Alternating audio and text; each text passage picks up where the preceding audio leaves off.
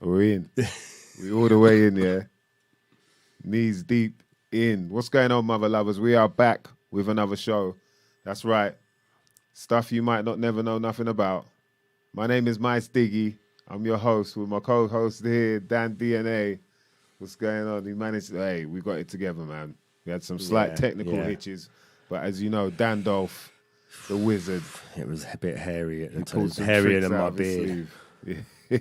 I don't know if you can get hairier than that at the moment. That's you're on some Sasquatch level with that beard. And I'm under the COVID again. You know. Oh, is it you? You run down there? Nah, jeez. Look at run down Dan. It's run down Dan week. That's it. It's the time of the month, man. You know what I mean? In this cold weather. Have you been working outside? Do you know what I think it was? I was using some hydrofluoric acid, and I got some down my fingernails, and my fingernails gone all black under the fingernail sort of thing. Oh, but wow. I think I breathed quite a lot of it in as well. I should have had I put a mask on after the first day, but I think that first day, I think it's probably done a bit of internal damage. Now it's all clearing out again. Because I don't feel ill. I just sound ill. Yeah. You look ill as well. Oh, thanks. Just a little bit. It's not, you know what I mean? Not in a bad way. There is looking ill in a good way. Poorly. You know when they used to say he's poorly. Yeah, he looks poorly. He was a poorly chap. You know, someone describes you as that. Like, right, okay, man. Like, you know, I was just having a bad day then. No, I look poorly. Yeah, it's good to hear though, man. You're coming out the other side of it. Yeah. Rona, it's another chapter now, innit? The weather's hit. People thought we could get out of it, would be cool, but no. We're going to hit you with some snow. Shout out to the chat room, the Uncommon Senses, Robbie Love, Turbo, Tubberlicious, what's going on? Liz Williams, you're more. Hey, we're about to get into it tonight, mother lovers. Yes, we are. You know we are. We always love to, and we can't help but do it. But first of all, we got to give a shout out to the Cannasseurs. CannasseursUK.com. Make sure you hit them up for all your CBD specialities, especially when it comes to chocolates. You know, you got a sweet tooth out there. Make sure you do it the right way. Or if you've got any ailments, any pains, any rashes, you know, your joints might be hurting a little bit. They got some natural CBD balms. Also, sprays. You can get indica or sativa, or you can get the full spectrum. And, of course, the chocolate stirrers. Can't forget. You know what I mean? I'm the voice of chocolate velvet cake, so I've got to let you lot know that. And it's quite obvious by now, if you haven't tried it already, that CBD is very helpful for all types of ailments, whether it be pains, as I mentioned, arthritis, anxiety, depression, sleep disorders. Many of you can't sleep at night properly. You might need to take some CBD. I'll go full spectrum or indica if that's the case. It's also known for good for acne, Parkinson's disease, nausea and vomiting. You know what I mean? But obviously that's not on the alcohol. Don't be like going out there getting drunk, getting wasted, and then think you can just spray some CBD and all of a sudden everything's like back to normal. Then that's not how it works, bro. You know what I mean? Don't be doing that. But yeah, there's a lot of information out there. But we like to make sure that people get, you know, the right product. This is the person I buy from, so I would advise to go there. Cannasseurs UK. pt.67.com. And if you go to the checkout, they've been kind enough to let us know that anyone who listens to the show, just type in SYMNNKNA. That's Simna. And you get yourself 20% off any order, mother lovers. All right, we have to get that out of the way. And now, ladies and gentlemen, first of all, let me introduce our brother, you know what I mean? Third member of the show. You know what I mean? He's like would it be the red man of the Wu-Tang or the Capadonna? Like that one, that's a good one, Mike. Yeah, man. DVG, what's going on, brother? Yeah, all good, man. All good. Good to see I'm you, not man. sure from looking at the camera. I don't think I'm really sitting in the right place. So let me try and. It's all right. I'll adjust it. Yeah, cool. Yeah, all good, man. off. Thanks for having me back on. Yeah, man, all good, man. Keeping it moving. Yes, had to do it, man. Had to do it. Thank you for joining us, man, as always. Spreading some good knowledge, man. Our guest that we got coming up with us, you introduced me to her material. Yeah, I've known Gabby for like a few years. We got introduced by a mutual friend. And we did a few shows like a year or two ago. And since then, Gabby's been doing some amazing work on Instagram, TikTok, YouTube. And at the moment, I'd say she's one of my favorite syncretists. So that's why I suggested you guys speak to her. So, yeah. Yes, definitely. And without further ado, Gabby Sakara, please. Hey. What's going on? Hello, welcome to the show. Hi, good, glad to be on. Thanks for having me. No, we appreciate it. Yeah, sorry about there was a little slight technical hitch we had earlier, but we're good now. All in divine timing, isn't it? Yeah, exactly that. So yeah, Mem introduced me to you. I was checking out your stuff on Instagram, and obviously, you're doing stuff on TikTok as well. But it was very interesting. Like a vast amount of knowledge, stuff you were sharing. The things that interested me a lot were things to do with the chakras. You were talking about the chakras. And so, first of all, let's get a little bit of background. How did you get into, I guess, syncretism in a way, but there must have been something that drew you into it, first of all, from one aspect of it all. Yeah, it was... I'd started, I'd always believed in like angels and I'd seen ghosts when I was younger and stuff like that. So I'd always kind of believed that there was more to life, but I didn't believe in God. For some reason, angels were okay, but God just wasn't. Yeah. And like what happened was I ended up going vegan and at the same time like learning about like the soul and how our souls are polarized when we're in the ego and stuff. And learning about like near-death experiences, out-of-body experiences, and like quantum physics as well. And then I did some like vegan activism because I was hanging with a lot of friends who were all like basically just like wasting our lives away just smoking weed every day. I was fully addicted to weed and I didn't want to do like I wasn't doing my music. It was more like a crutch rather than like a tool for me at that point. So I ended up having to like move home. I couldn't really afford to be renting a place out and I just had like no friends where I was. So I was like, I'm gonna go and like do some vegan activism and try and find some like vegan friends. And then it was just doing that I met a group of people. And what actually really surprised me was I thought that veganism and spirituality came hand in hand. So I really thought everyone was going to be like conscious and knew about your soul and stuff. Because if you see it in animals, then why would you not see it in yourself kind of thing? But they weren't. So I was like so surprised that no one really wanted to talk about like spirituality and stuff. But then at one of these vegan parties, I did meet someone who was fully like way down the spiritual like line to me, and he ended up being my spiritual mentor since then. Like all night we spoke about like spirituality. He taught me so much. He put me onto Santos and everything else. Kind of like I was just like on a fast track train from then on, and basically this is where I'm at now. And it's only been probably about 4 years, so I've been on like a fast track journey. But it's been really, really like blissful, and I'm so grateful that I've been chosen, or God's chosen me, or I've allowed myself to wake up in this lifetime, because I just like don't want anything more than to try and always be my best self and stuff. And I feel like grateful to actually be gifted this path almost. Yeah, it sounds like it for sure. All right, so let's wheel it back a bit, because you said you seen ghosts when you were younger. Can you talk about that? Is it something it was actually like when I was really young, so it was like baby kind of thing. And I think that all kids are born like being able to see spirit and stuff. And we have like our imaginary friends and things like that. And then like eventually people say, oh no, it's your imagination and all this. And you end up turning it off. But there's a few stories where, like, just as one example, we were on like a family holiday in France. And I was like really, really young, and my sister had been ill one evening, and she'd gone to sleep with like one pillow under her head. And in the morning, she had two pillows stacked under her head. But me and her were sleeping up in this like loft room, and there was no one who would have put this pillow under her head. No one really knew how it got there.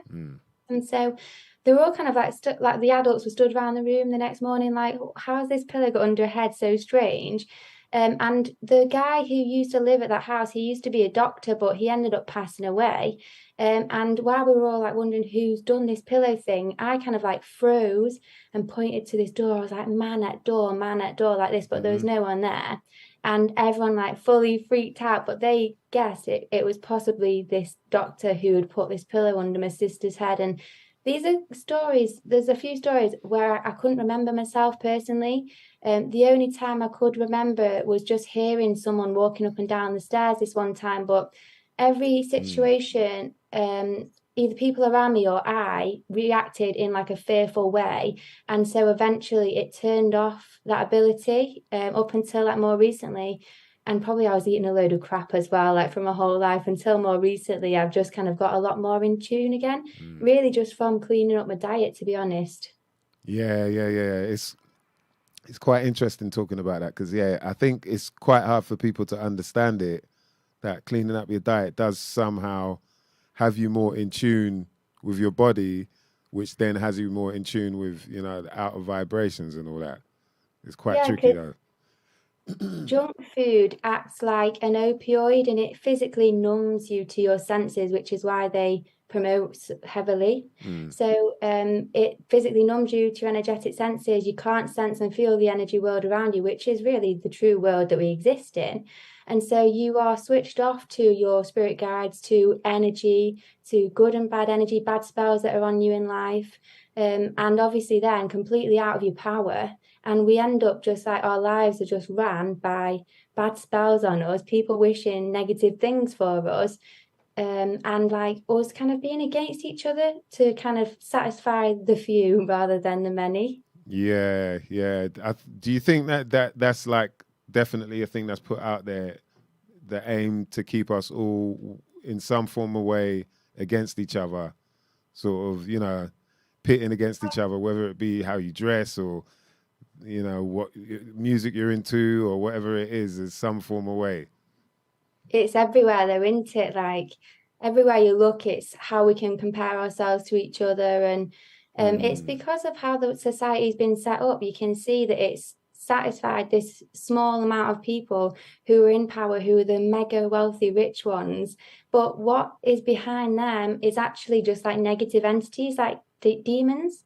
They feed off our energy, and so everyone on this plane is really kind of like a puppet for the light and the dark. And so there's like a whole world going on behind the physical, and everyone's kind of like playing up to the energies that surround them. Basically, it's really mad when you start to think about it, and like how far and deep it goes as well. Would you say that's then, because it sounds like we were talking about that a while ago, about the whole, when people talk about we're living in a projection, like this isn't, because you're saying there's a real world that's more about energy and whatnot. And so are we just a projection of that world then? What's really going on in the light and darks? Yeah, it's like when you do go to the cinema, you get like the projection of the light onto the screen, and then you see the screen, you see the play. But it is all a projection of our own consciousness. Like, this is not like the real world. It's like the dream world almost. When you die, you wake up from this world. It's like almost a nightmare we're trapped in at the minute, but things are changing because a lot of people are becoming lucid in this dream. And so they're starting to realize, wow, we project this, we can control it and create a beautiful place if we want to. And that's what's kind of happening at the minute. Yeah. All right. So how have you been navigating through this, the last few years, 3 years or whatever, with all this madness going on? How have you been staying grounded? Yeah. Grounded is the word, really. Like, connecting to nature has been the biggest thing for me. Like, when the lockdowns happened and you couldn't go anywhere, we just started going out for walks all the time. And one of the coolest things that we figured out is, like how ancient masters use staffs and stuff. They're walking with these staffs. Kung Fu masters had staffs. And when you walk with a staff, the staff connects your nervous system to the earth. It connects your palm chakra through the staff. The energy comes through the wood into the earth. And so any negative energy you're carrying gets sent down into the earth, and you also charge up from the earth's energy as well. So it's really healing, and it just gets rid of like bad energy and blocks, and it charges you up. You feel so much better after walking with a staff. And so this is obviously why the ancient masters use staffs, and you can ground without needing to take your shoes off, which is the best part. Yeah, the slippers on. Sifu had the slippers on. He's like, Sifu is like walking with the slippers, but had the staff. And so the staff is what's keeping him grounded. Ooh, exactly. Jeez. Yeah. A magic wand. All right, let's get Mem in. And I want to, if we can, I'd like if we could break down we say 7 chakras. Is that right? Yeah, I mean, yeah. What they are, what they represent. And they're just the 7. I mean, the 7 chakras are just our electromagnetic rainbow within us, if that makes sense. So we've got, because the thing is, if you get a torch and shine it on a TV screen, which is not on, so if you get moving white light and shine it on still black light, it creates a rainbow, basically, which is the electromagnetic spectrum, and that is the 7 colors. So we have that within us, and we also have like 7 bodies around us as well. So the 7 chakras are just 7 different energy centers that are resonating at particular frequencies, and the lower ones are so that's why in like the Indian Vedic system, when they portray the chakras, they put a certain amount of petals around each chakra. So the root chakra has 4 petals because the red light moves very slowly. It's got a very low frequency. But whereas and the red light that's the lower. That's why that's the stop in the traffic lights, because it's a slow moving frequency. It's a very dense frequency. Whereas so you got 4 petals in the root chakra. You've got 6 petals in the sacral chakra. You've got 10 in the solar plexus, 12 in the heart, 16 in the throat, 96 in the third eye, and 1,000 at the top. So as you see, the more you go up, the higher the frequency goes. So the blue end has a higher frequency, whereas the red end has a lower frequency. So that's I don't know if Gabby wants to add on to that, but that's how I would explain it simply. So they're just different they're just different frequencies, basically. The 7 colors would be different frequencies. So Gabby, they don't represent like the parts of the body that they sit at, no? So I think they kind of do, but what's interesting is each of the 7 chakras correspond to these 7 main glands that you have in your body as well. So this is why when you talk about food is mood, and food like clears up your energy body and stuff, is when your actual glands are working at optimum like capacity through eating well, through proper nutrition, then those glands are working well. And so on the energy realm, the chakra that it corresponds to is also filled with light and positivity.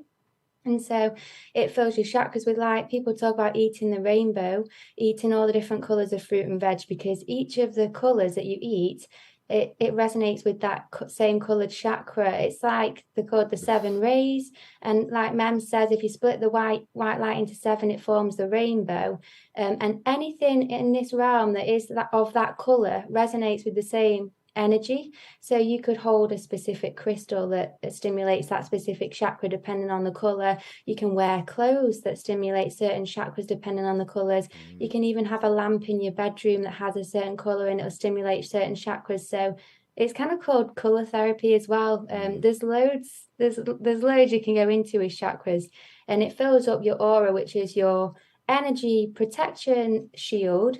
And this is important for if you don't want to get psychic attacks, if you want to have good energy and protect yourself from negative energy around you, then the better you eat or the more light your chakras have, the stronger your force field is. May the force be with you. And then like you'll protect yourself, really. You won't get as many psychic attacks and stuff. So you're saying that people should eat the foods that sort of correspond to those chakras as well. So like, you should eat different colored foods, but you know, so whether they're clean or not, like how would you go about that? Because it's quite hard to. I'm not talking about Skittles Like... or sweets and stuff. Do you know what I mean? Like,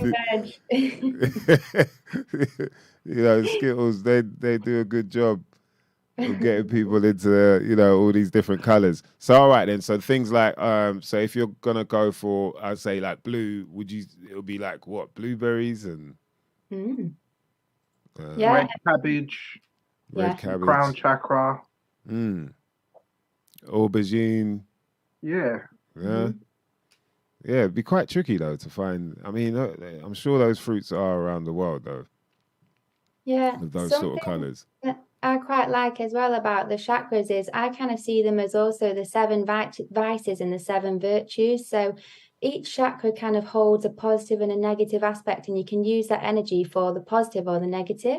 And like in all of the heroes' journeys we talk about, like Hercules and stuff, they always have these like kind of tests that they're put forward, like, and they have to overcome these tests. And I kind of see it in the same way. Like, take, for example, you've got the sacral chakra. This is like your sexual life force energy. You can either use it to like sleep around and like spread your seed far and wide and just into the cosmos, or you can hold on to that energy and use it for like your spells and manifestation and filling yourself with life force energy. So you can use that energy in a lustful way or in like a self-love kind of way.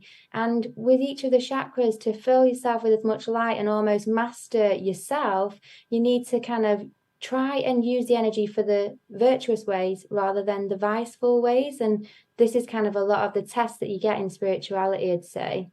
Yeah. Can I just add to what Gabby just said? Because basically, that's so interesting what you said, Gabby, because, you know, like, for example, because I've got a book on, like, chakras, and I did, like, a series on it, on the Syncretism Society. And, like, we always, like, people in the spiritual community always kind of, like, shun the root chakra. Oh, I don't, like, want to be in my root chakra. But a point they were giving in this book is that actually the root chakra is the most important chakra because it's the foundation, and without a foundation, you can't really build upon anything. So it's like a lot of us kind of spend a lot of time trying to master this part without mastering the lower part first and then climbing up, basically, which is like all the stories in the Bible, like Jacob's ladder and like going through the 7 seals and all these like stories. And even like, you know, in the Norse mythology, like the Bifrost Bridge, like you got to go, you get to heaven through the Bifrost Bridge. Well, that's going to heaven through your Bifrost bridge would be ascending your 7 chakras, so you can connect it to you personally as well, and which is what all those mythologies are about ultimately. And then they also like correspond to the colors as well, in the same way. Yeah, they correspond in exactly the same way as the actual rainbow. It's crazy, isn't it? So Yumor was just asking in the chat, just going back to this glands thing. Was it the glands of the endocrine system? She was asking. Yeah. Yeah. Okay. There you go. Cleansing. Thanks. For real. And what's quite fun is that the Earth has its own chakras as well, and England is called England. So England has it like the UK has its own chakras, the Earth has its own chakras. It's almost like the macrocosm and the microcosm. There's consciousnesses all over the cosmos. This is a whole all is atom. Like we are our own atoms, but we are also living in a universal man called Adam Kadmon. I just find it all just like so cool. And we're also living on Gaia Earth, who's the heart chakra of Adam Kadmon. And the layers to it I just find really interesting. Gaia Earth. Yep. And the heart chakra is green. Yeah, and heart and earth are anagrams of each other. So if you get earth and take the H and put it at the front, it makes heart. So they're anagrams of each other. Heart and earth. And if those who listened back a while ago when we had Clint Richardson on, he was talking about that. That was the original name. Like it wasn't the world; it was called the Earth. You know, but then people came along and created their world. That now we have to, you know, we communicate in thinking we know what we're talking about. But what I quite like about the word world is it is literally the word word, but with the L in. So I like to talk about God created the cosmos through his word. He was a master magician. So was Jesus. So was all the ascended masters. Christians will hate me for saying this, but like magic, the Bible is a book of ghost spells, the Gospels. So everything was created through the word. Jesus's sword was his tongue. And so basically, like God created the world, the word world is word with L, electricity in it. So he created the world with his word. It tells you in the word, which I think is quite cool as well. There's another one where they say world, like, you know, when you whirl something up, like the idea of that. And that's like, you know, the makeup of a world, you know, like a matrix. But what's interesting about like using words, and I know you guys like etymology and stuff, is people say like we're living in like a game. We're players in a game. The word player, there's different layers in this game. So we're players and there's layers, and the word lay is energy. So it's all about energy. And then what game is, an anagram of game is mage, which is magi, magistrates, magicians. So if you want to be a magic, like if you want to control the game, you have to become the mage. And the word I mage is image, and you use your imagination to create this game and be the mage of the game. So like again, like all these like words and stuff, and going back to magistrates, the laws of the land is like a whole book of spells. And I don't know if you guys have seen, but in London, I think it's like the Houses of Parliament are literally built on a pentagram, and they come up with the laws in this area that's built on a pentagram, and then they're like basically spelling the laws of the land out so that we all follow these laws. So like the way pull that up, Jamie. Hollywood and stuff, like there's just so much going on in terms of like black magicians that rule the world. Like basically people who cast black magic, which is basically just demons and dark energy. That's what it is. And it's changing now though. So the light is strong on the earth plane and stuff. But... So they do it on a pentagram for real? That's just taking them mick, you know? Jeez. It's like you know, Lady Liberty in New York. Yeah. She's on she has 7 points on her crown, and she's standing on an 11-pointed star. So 7/11 is September 11. Wow. So there's when it comes to all that stuff, literally, like, obviously you can go on forever when it comes to etymology and like symbolism, but like, it's like I don't know where we're going with like where you guys are trying to take the show, so I'll pass it back over. No, you know we love the etymology, bruv, man. That goes without saying. Yeah. Like, it's just amazing because the thing is, and I think everybody feels it, is like, you know, 1 minute you're saying this, that, and the third, and you think that's what it means, and the next minute you find out there's a whole history behind it, and it makes sense that there would be, because, you know, we haven't just got here from nowhere, and then you find out, like, wait a minute, this word actually means nearly the opposite of what it means now. Do you know what I mean? Yeah. Why would that be? And you start to learn more and more about, okay, you really got to listen a lot more than you thought you were ever taught, you know? Yeah, it's like the word, you know, the word black actually means white. It comes from the word bleach. Yeah, or blanc. bleak. And Blake. And blanc, blanco in Spanish. Yeah. Yeah, exactly. It comes from that. But like, it just, like, again, it just goes to show how, it's just, because, they're just words to us that we're given and we just go along with it, like, in our, like, younger ages and not really taking a note. But like Gabby says, once you start going a bit deeper and becoming a bit more in touch with your spirituality and looking into things like deeper, it's just like, once the thing, what I've noticed personally is, like, once you kind of understand what their code is, then you can kind of like navigate through it. Yeah, navigate by it, and like, because it's like, you know, like with gematria and etymology and stuff like that, and you start seeing that the number value means the same thing as the word and things like that. Like, to me, this ain't a coincidence. I think it's like a code that's laid out, if that makes sense. And it's just, once you understand that code, you can kind of have half or a bit of a clue of what's going on. I'm not saying I know everything that's going on, but it just helps you understand this matrix a bit better. Yeah, I think it helps you sniff out the red herrings, you know, like straight away. You're just like, okay, whatever. Like, this is in the news now, you know, like we're seeing it now anyway with a lot of things going on. But what you were mentioning before, I think I saw Gabby talking about that in one of her videos, to do with when people say morning and all that, you know, in the morning. Could you break that down for people?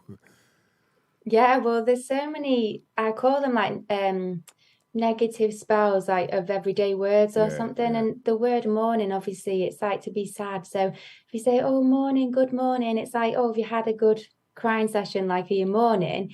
I quite like to say now hi or hiya love, because it's all like positive, but there's loads and loads of words like that, like a lot of slang like terms now. We say, oh, that's dead funny, or oh, I'm dead, if you find something funny. Like, you should never cast that spell upon yourself, because all our words do cast spells. If you look at Dr. Emoti's experiments, you can see the power of the word on water molecules, and we're like 80% water or something. And you can physically feel the difference. If you're energetically sensitive, you can feel the difference in the shift within yourself when you say positive things to yourself and when you say negative things to yourself. So we are creator beings, mainly with our word and our thoughts and our intentions.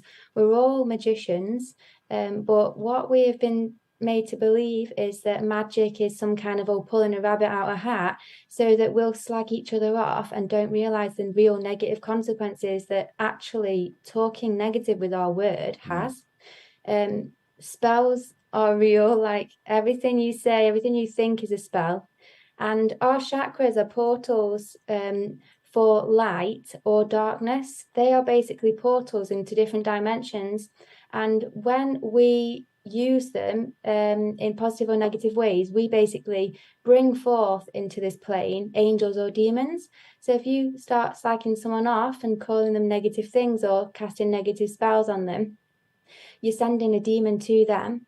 that causes them to be that way in their life. It can cause harm to them and things like that. And so people don't realize that a lot of people are actually casting demons into this world. And it's important that people start to realize the power of your own intention, your words, your beliefs, your thoughts, and get control of them, because the new earth isn't going to allow for that kind of stuff. Where are these demons coming from? Like, because yeah, I've heard people speak about this as well, and then it's always made me wonder. Like, okay, so in terms of ghosts, we could talk about like people who may have passed away in that area or attached to that area in some form of way. But then when demons are being casted on people, where are they coming from, or where are they being conjured up from, do you think?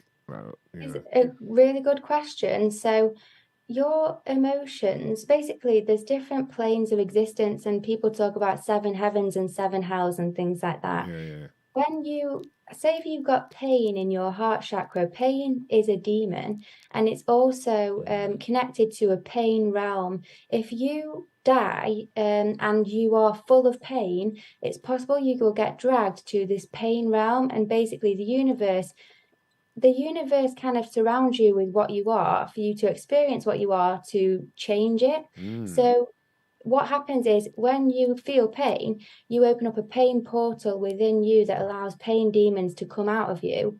And this is why people talk about you really need to face your shadow and overcome your pain and overcome your darkness, because I think there's a saying, and it says, like, what is within you, if you don't bring it forth, it will destroy you, but if you bring it forth, it'll save you. So it's like, you really need to look at your shadow and face it, and not just let it stay under the surface, because people would rather project their pain onto others so they don't have to feel it, rather than actually facing it and really feeling what it's like and overcoming that demon. It's like what it's like what men were saying about shining the light on the, the black mirror, and then you get all the different colors. You get, then the spectrum shines. There was something you said about that. I think, yeah, it's quite important, the shadow work. So I guess like there are many ways of doing it, right? Of kind of getting towards, those dark places and trying to just shift out all the madness going on that's lingering throughout your life. But what sort of ways would you say are, ideal for people who, they might not want to do, I don't know, ayahuasca or whatever? What ways could they dig deep, do you think? I think that one of the best ways is clearing up your diet, because when you physically are eating better and feeling better, it's a lot easier for you to kind of like be in a better state to kind of face all that stuff. So then, like, counseling, talking to people, writing stuff down. What I found was quite helpful was to really kind of put myself in a situation as if facing like my biggest fear, just sitting down and thinking, right, why am I so scared of this situation? Why do I keep reacting so negatively to this? And going, okay, right, let's say my biggest fear was that I'm going to go to hell. Then I'll sit and think about, what if I do go to hell? And I'll accept, okay, fine, I'll accept what it's like to go to hell. And once you accept it and you go, well, it can't get any worse than that, then what happens is, because you've already kind of rationalized, okay, cool, that's good, whatever, then it's less of a threat to you, because you faced your biggest fear. So it's like looking within your own consciousness and working out what your issues are, what your triggers are, and then working out where they came from. Is it because you've got a fear of being left on your own, left behind, everyone leaves you? Then you need to go, okay, well, what if I spent the rest of my life on my own forever? Cool, well, do you know what? I'd be my own best friend, and I'd make loads of like music and I'd whatever. And you kind of like, you make it seem like it's less of a big scary thing. And then what happens is, the demons and the negative energy that's attached to it, they can't like feed off you as much. It's not like a big thing for you anymore. So you almost belittle it, and then it can go. Some people have real traumas though, and like it can take like years of like therapy and counseling and stuff. And there's different ways that work for different people. Yeah. But and some people might even need to take like antidepressants for a little bit. But Yeah, no. They don't need to do that, man. That's the yeah, last well, place you need to I go. personally don't take pharmaceuticals, but my spiritual teacher Yeah. did, and it actually helped him get through his trauma Yeah. initially, and then he was able to overcome it. So I don't condone like pharmaceuticals, but I know people who've actually said that to overcome alcoholism, to overcome trying to commit suicide 3-4 times, that actually did help them out of that situation initially, and then like they've kind of They've had to moved forward past it and stuff. Okay. So it's just like I guess the catapult, just to like, all right, get away from it all, and then. I think so, yeah. But I'm not. I wouldn't say I'm an expert in like shadow work and stuff. So, but there's kind of some of the stuff that helped me personally, anyway. Well, no, I think I like what you said about actually sort of mentally going through the fear. You know, trying to go through the channels and see what is it I'm scared. Am I scared of exactly? What is it that I'm scared of?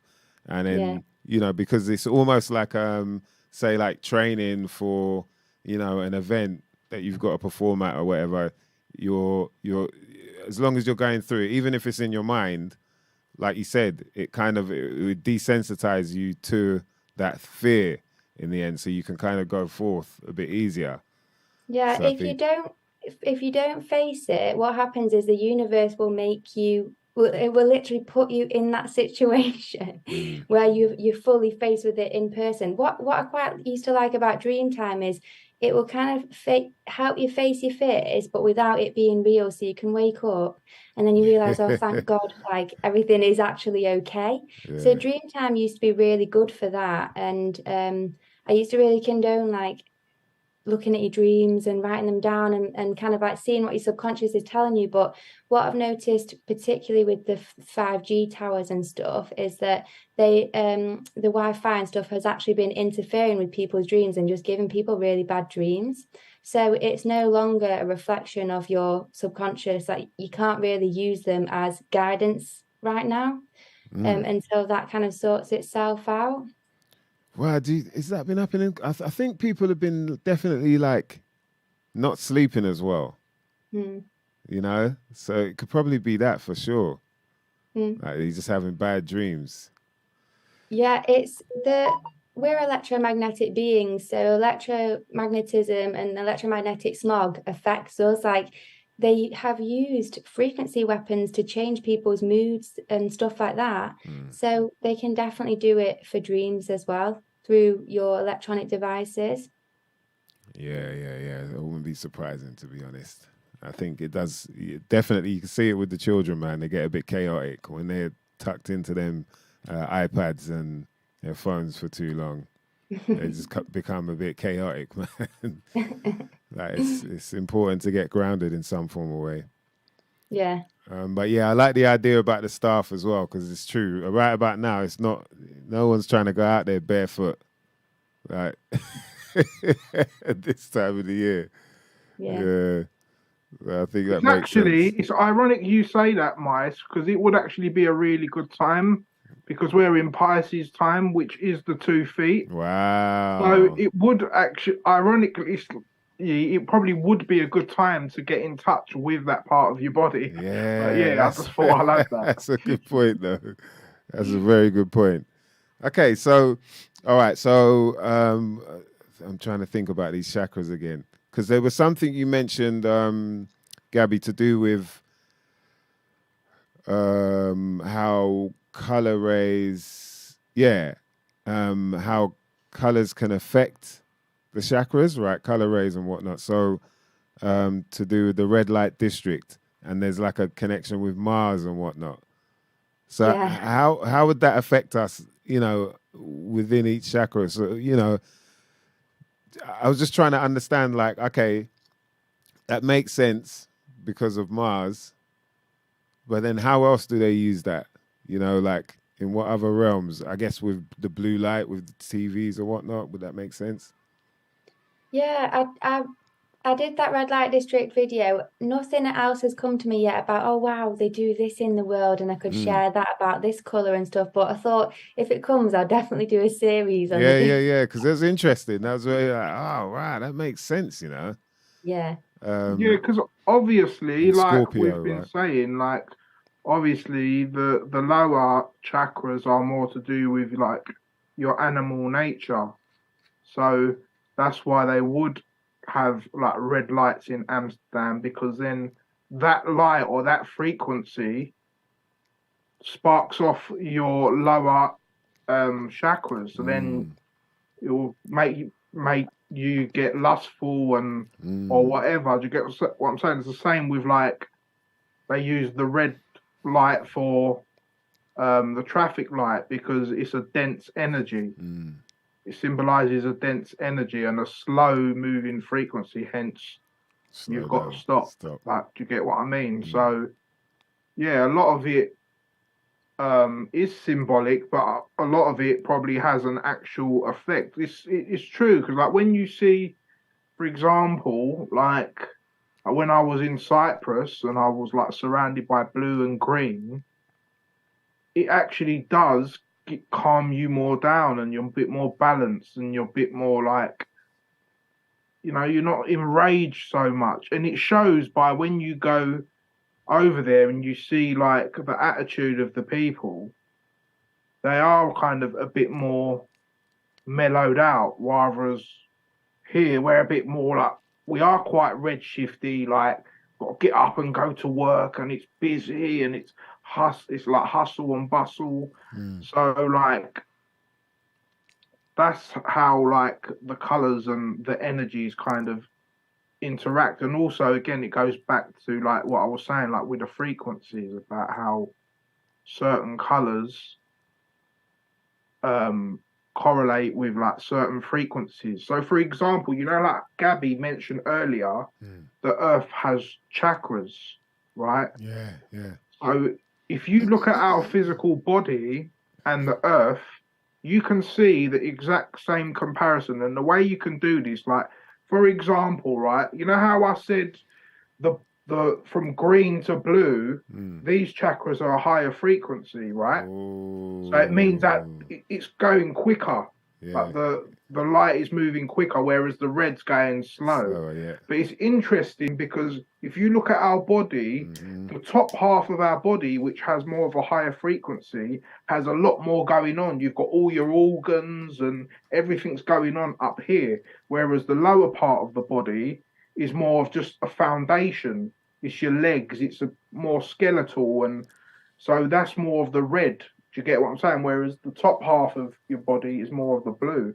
But then when you look at the earth as well, you see the top half of the earth above the equator has a lot more land than the bottom half.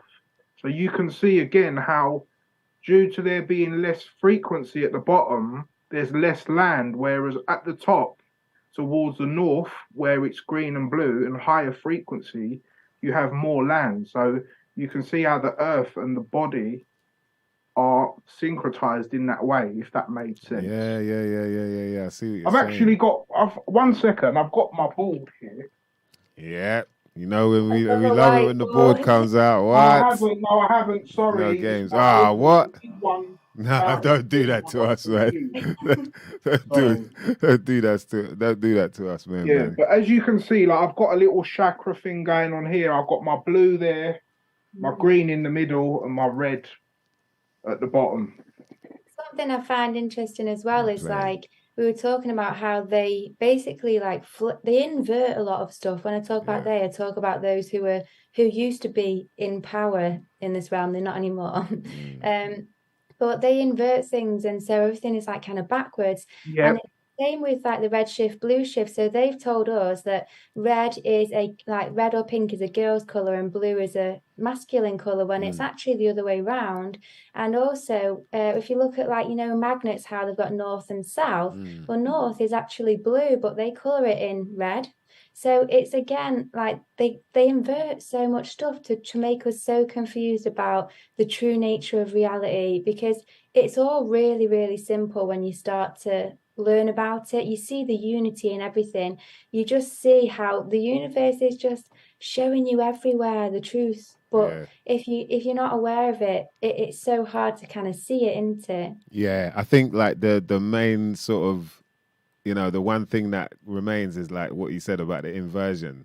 Once you understand how the inversion works, then you just start to see it everywhere. You're like, of course, this is no wonder they're saying that, because it's going to make you do that. And, you know, everything just seems to be like upside down, inside out in some form or way.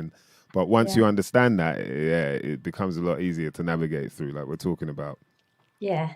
Just to add on to something, Gabby was saying earlier about, for example, how the chakras are like both negative and positive, for example. It depends on what energy comes through and how you use it. But like, I also like, and this is just going on what Gabby was saying about the inverse thing, is like, for example, in like occultism, mainly in Western occultism, the sun is seen as masculine and the moon is seen as feminine. Whereas in Eastern cultures, it's switched around. So there's like, you got Radharani in Indian culture, who's the sun, and Krishna, who's the moon, for example. But what I've also come to understand is I also see both like the sun and moon also as being both.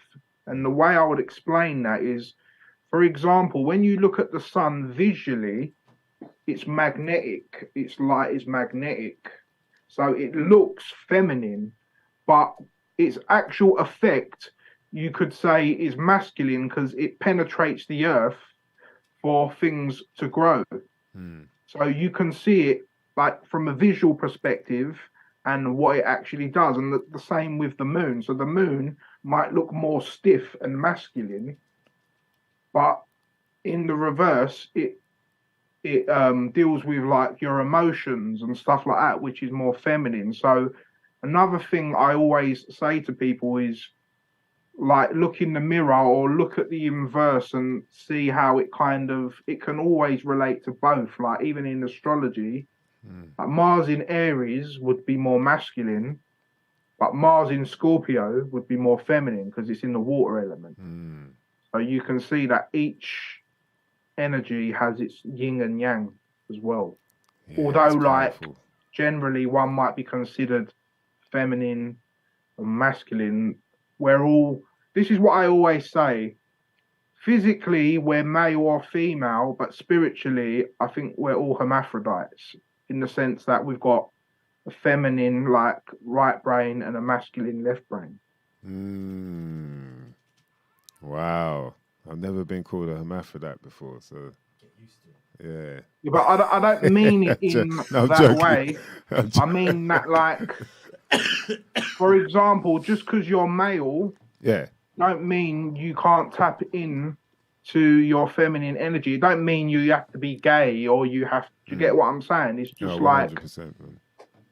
There's just wearing shorts. That's enough. What I'm saying is, when you understand things from like a spiritual perspective, it's kind of less defined. But in a physical, like in the physical world or our bodies, we're either given to be like male or female. Yeah, for sure. So what I'm saying, internally, we're both. Yeah, 100%, man. Do you want to add on to that, Gabby? Yeah, our energies and our souls are both.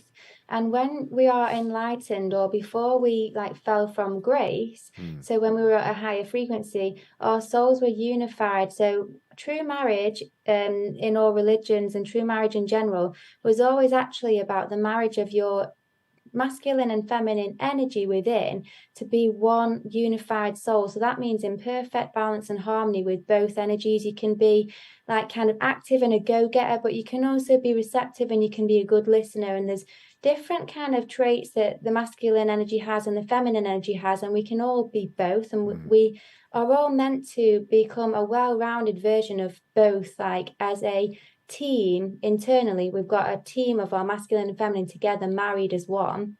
But what happens is religion talks about marriage is an external thing. You have to find your external partner and you need to go and get married in front of God or whatever it is. But that's completely taking it off from what true marriage actually was, so that we don't realize it's an internal job, not an external one. What happened is when we fell from grace, when we descended or became unenlightened, our souls became polarized. So we were more masculine or more feminine internally as well. We still had both, but rather than being divinely balanced in both, we were just more one or the other.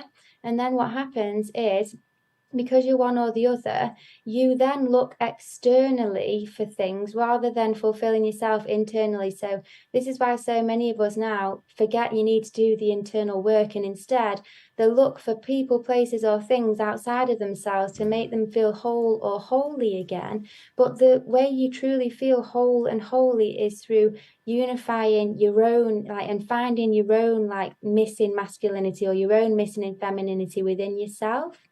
And so this is what everyone is doing now, I would say, is learning the truth of what true spirituality is and finding fulfillment within themselves first, because once you're whole within yourself, then you can just be like a whole holy person who can assist others, and you don't need anything external to fulfill yourself.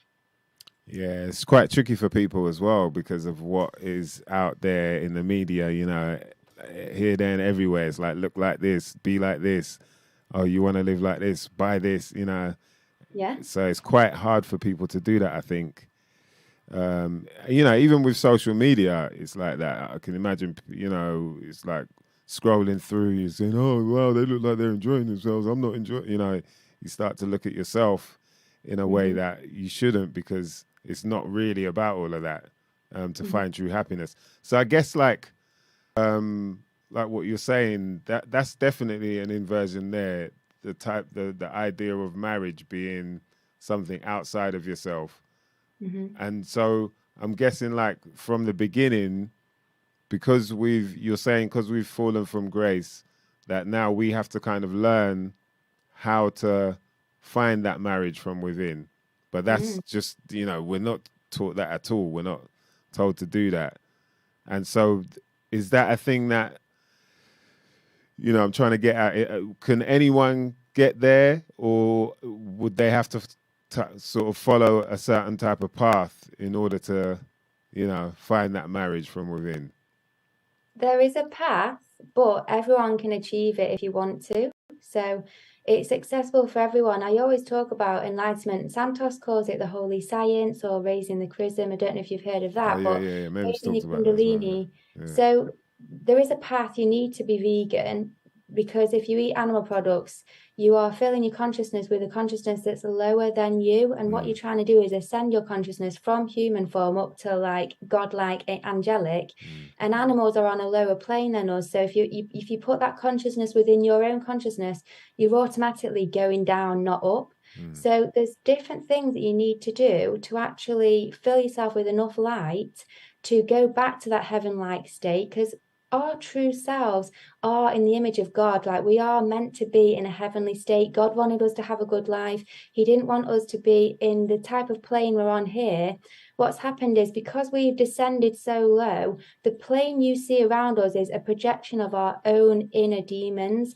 We have created this. And so all the pain, all the suffering that you see is down to how far we've descended. So you need to try and basically fill ourselves with light, because the more we fill ourselves with light, the more we project a higher vision, a higher light into this plane around us. We get a more blissful and beautiful reality. And there is one path to get there. You're not going to get there through murdering people or through there's ways you can get there and there's ways you can't.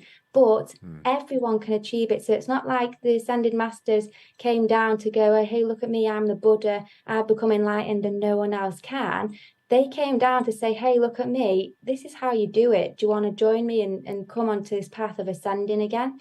And it's a choice if you want to ascend. Like, there's multiple times, like there's eons of times and opportunities where people can ascend. And we're at one of these times at the minute. It's called the new dawning of the golden age, where the energies are shifting as an opportunity for as many people as possible to ascend and become their highest godlike selves if they want to, but you don't have to. It is a choice, but everyone can if they want to.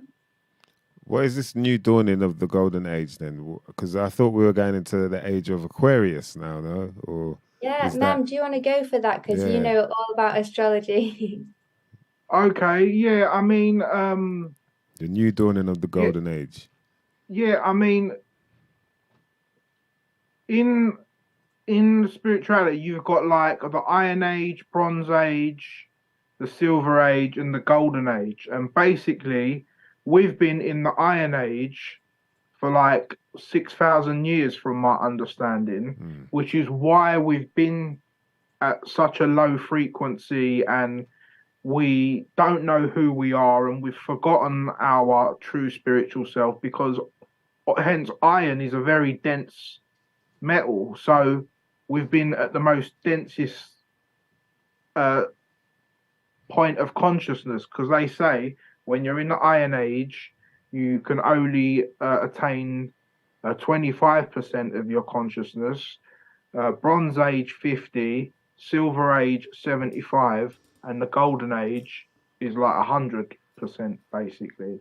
So we're basically, since we've gone into the age of Aquarius, we're now moving towards the Bronze Age and going towards the Golden Age. But obviously, like, this takes years. Like, the whole cycle is like 25,900 years, basically.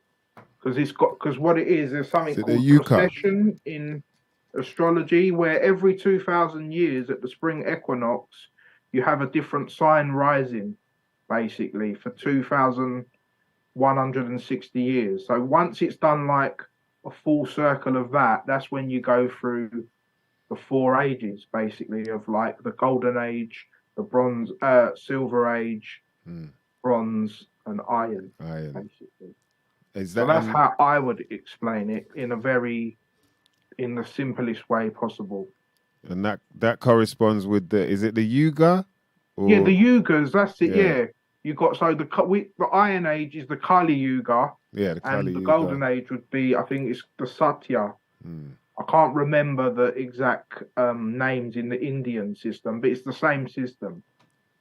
Yeah. Wow, man. That's interesting. Right. So the Kali Golden Age in India means black or dark. So that would that would be translated as like the Dark Ages. Yeah. Basically. Right. Okay. So we're entering into the Golden Age, hopefully. Yeah, or we're moving towards towards it. Okay. More of and because what they say, because obviously we're in the age of Aquarius. So like opposite Aquarius is Leo, where the sun rules. So like they say, because basically from my understanding is that in the age of Leo, we was in the Golden Age, and that's when the whole Atlantis thing happened, and that Atlantis civilization like collapsed, and that was exactly like that would be like 12,000 years ago, roughly. What, that it collapsed? Yeah. So it was. How long was it going on for?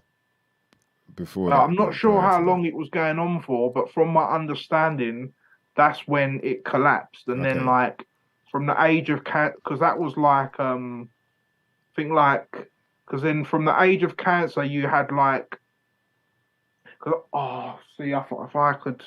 I'm pretty sure that the Golden Age goes on for up to like 12,500 years. It's the longest age to have. Yeah, the higher the age, the longer it goes, and then the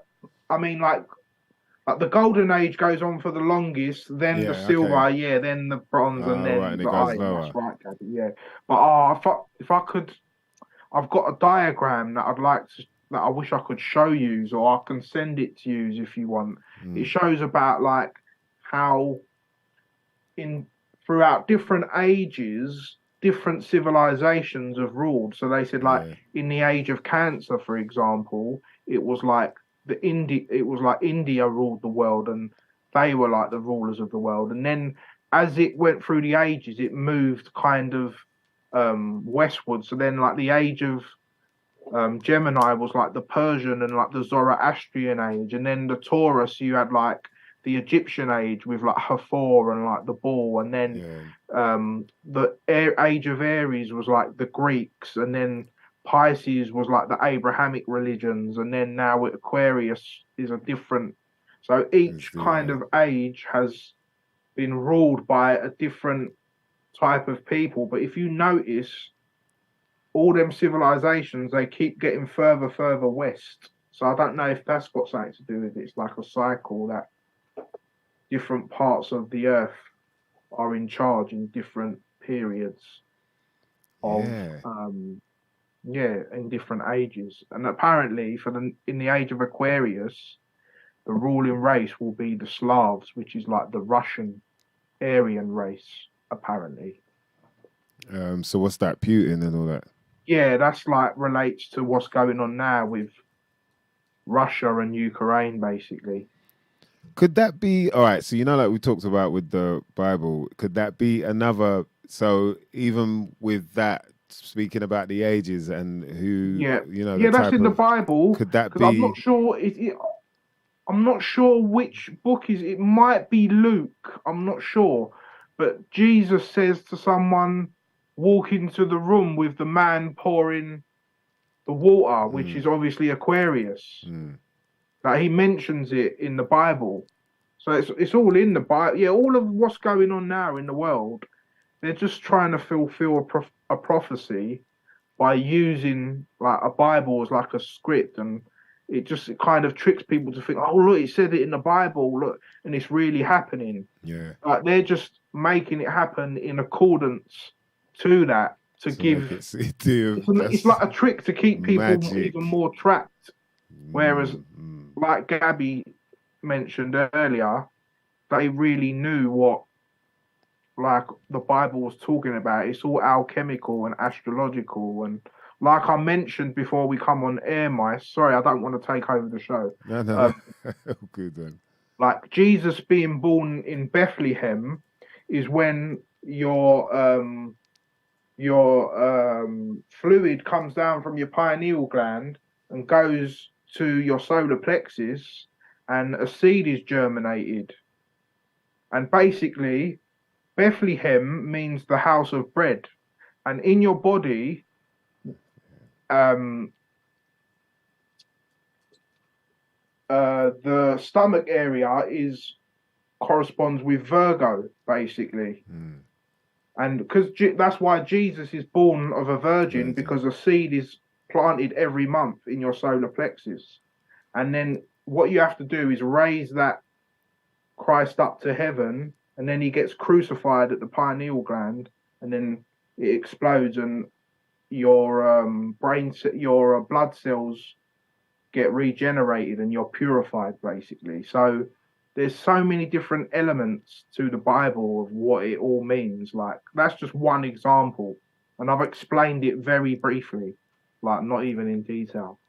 So what I was wondering was like, is it then that they use, the skies as a playbook as well? So they're like, all right, we're ruled by Mars at the moment, so let's do more Martian. That's right. They do play on that as well, because you can see that through the switch of the age of Pisces to the age of Aquarius. Because if you think, the age of Pisces is ruled by the element of water.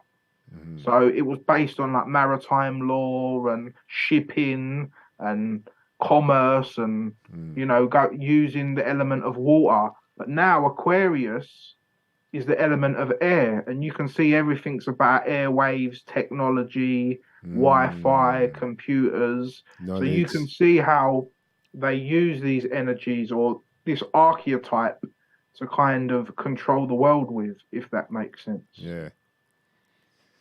Gabby, can you tell us, like, when did you wake up to, what this world really is about? What was the moment that had you like, okay, I need to actually look a bit deeper into this, look behind the curtain?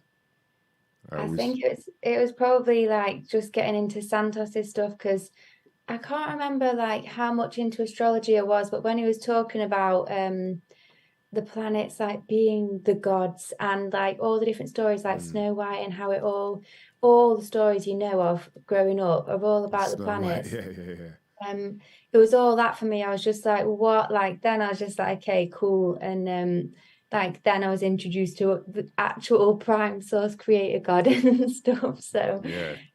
it was really like then, and you know, like I don't know if you guys had this, but did you ever have a moment where you were like, oh my gosh, like everything is governed by astrology. Like the gods govern everything, even every like thought, every business venture, like every single energy wave that exists is governed by the stars, by the zodiac. And so once you realize, wow, literally everything on this plane is governed by that, you realize how deep it goes. And then that's kind of how I've come with magic now as well, is just realizing like the energy behind things and how much magic is even higher than the planets.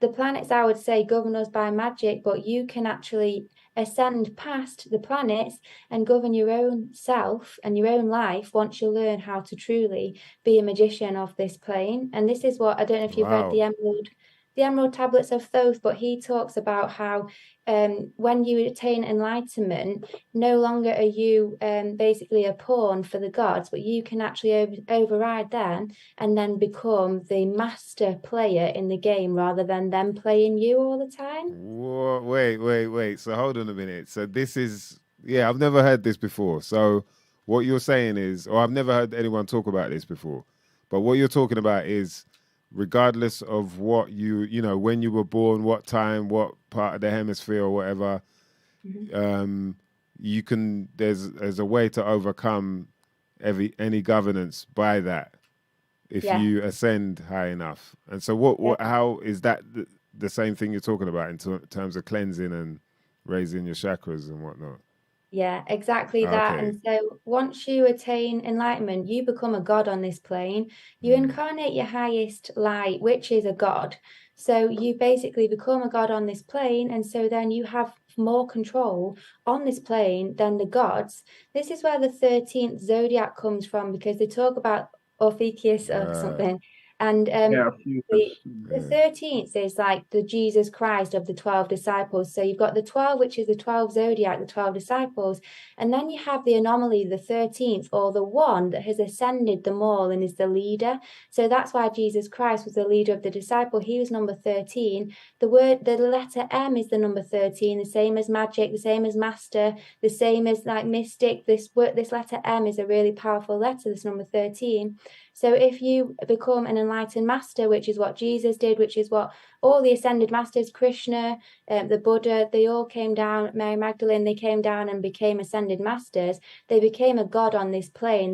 They overcame the 12 zodiac and became the anomaly. And then they taught us in all the different religions, in all the different scriptures, they've taught us how to do that ourselves, which is what Santos's work is all about. He's found them and gone, okay, there's actually a guide in here to tell you how to actually do it.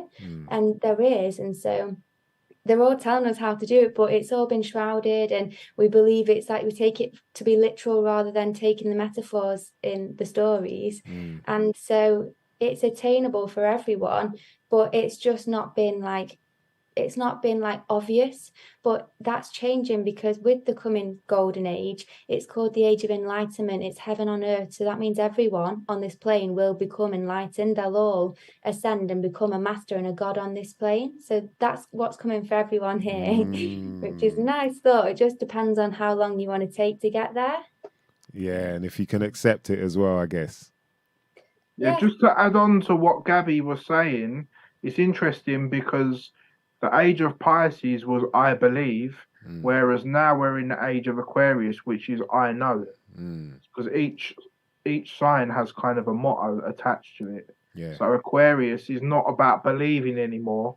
We're in the age of knowing. So that's why a lot of people are having revelations and starting to like discover these things and get in touch with the more deeper stuff. Basically, it's because of this Aquarian consciousness, basically, which is about knowing. rather than believing. And I guess the inverted act upon that is when you think about, like, now the big term is fake news, and you've got fact checkers, and so let alone you might be getting information from places that you believe it to be true or whatnot. We're finding out that actually that's not true. So it seems more and more so that they're trying to put out, like, yeah, you think look, here's some news here. Now you know what I mean? Like, whatever we want you to know, if that makes sense. Yeah. So it seems like, there is a way that they act upon all of that at the same time. Man, so this is even larger than we thought, man. When you're trying to think, like, okay, the time of the year, what's going on? Okay, no wonder they're acting this way, but then you got to think outside of that box as well. Because what Gabby was saying as well about how you can ascend those like conditions, those 7 planets, and there's 12 signs. Because it's like there's a saying that Santos always says is that a fool is ruled by his stars, where a wise man rules his stars.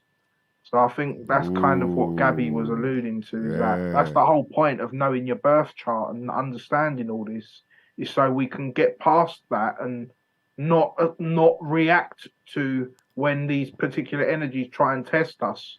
For example, like you might have an aspect where Mars is testing you, but by you knowing that, you can kind of think, oh, okay, I know what's going on. I won't react to it.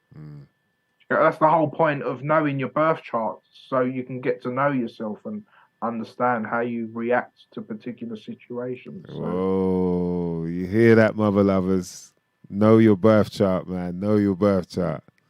It's that time. But I'm not saying everything is based on your birth chart. I'm saying it just helps to know that, because obviously not everything you do is based on your birth chart. It's a big part of it, but also you have like things that are like genetic, and you have the way you're brought up and the environments you're brought in. Obviously, I'm not saying everything is like based solely on the stars, but it just what the stars. For example, you can have a brother and a sister. You can be all brought up in the same house, but you're all different. You all do things differently. You all react to things differently. Some are more emotional. Some are a bit more not so emotional, or might seem cold, or some, there's different dynamics even within one family, which goes to show that we're all constituted uniquely. So it's just about knowing your own unique constitution and trying to calibrate it, or just use it in the best way possible, basically. So, yeah. Definitely, man. DVG as always, boy. All right, let's get into demon slaying. I definitely called myself a demon slayer on a video recently. So I can only imagine you calling me out. Yeah. That's like, right, demon slayer. All right. How did you become a demon slayer?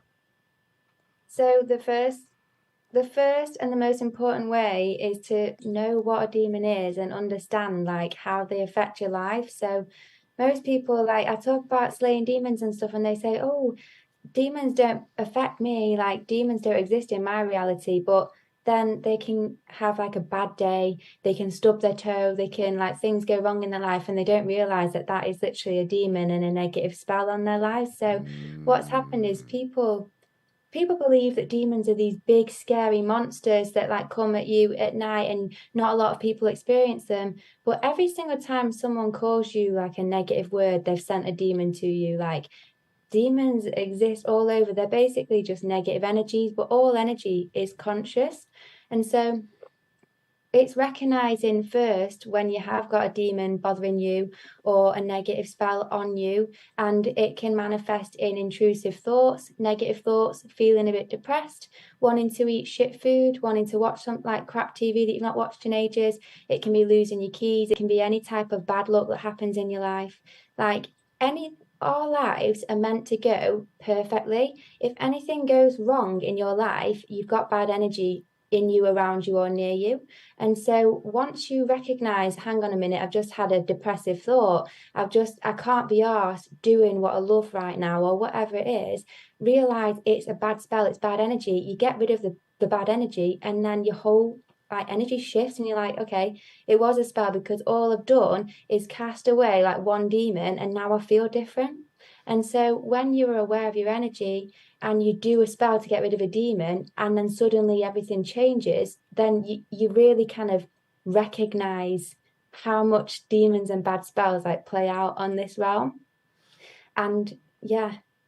So I guess also, just to add to what Gabby was saying, like we also can create our own demons, or we can make a demon a bit more extreme. Like, for example, like Gabby was saying, if you've got a thought and then you keep entertaining that thought, or you've got like a bad habit, and every time it's like nudging you to do it, like if you keep like answering to it, then it's just going to get bigger. It's called an egregore. Yeah. You just keep you make that thing bigger. Whereas it's like if you keep ignoring someone, after a while, they're not going to entertain you, basically. So it's the same thing with when you've got a demon or a bad thought in you. So if you get a thought and you think, oh, and then you start thinking about it, and then it just goes on and on, you're giving that thing more energy. Like Gabby said, it's not necessarily a monster. No. It's just a feeling or a vibe that's in you. And the more energy you give it, the more it grows. And the less energy you give it, then the less energy, it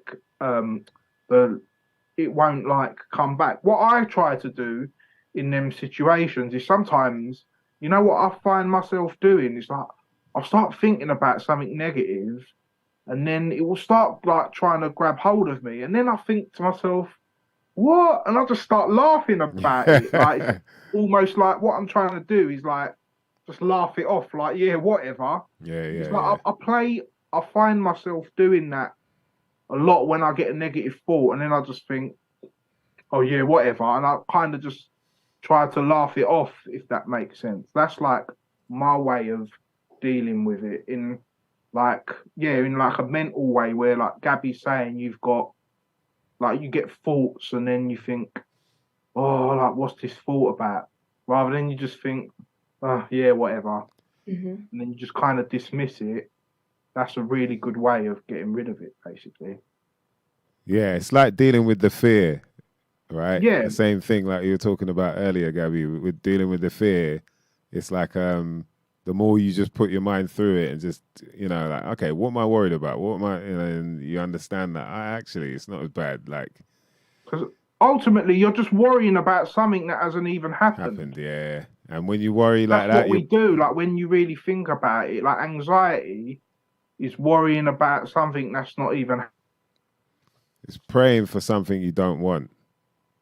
Oh, happen, and you're just sitting there thinking, oh, what if it hasn't? So don't worry about it, kind of thing. Like, that's the way I try to look at it personally. But obviously, everyone's different, and we all deal with things in a different way. Like, although I've become a lot better in certain spiritual things, I've still got loads of like internal work to do. Like a lot of people think, oh, just because I know all this stuff that, yeah, I might be like all spiritual, and not at all. It's just like, this is just the start, man. Yeah. It takes work, innit? Yeah, man.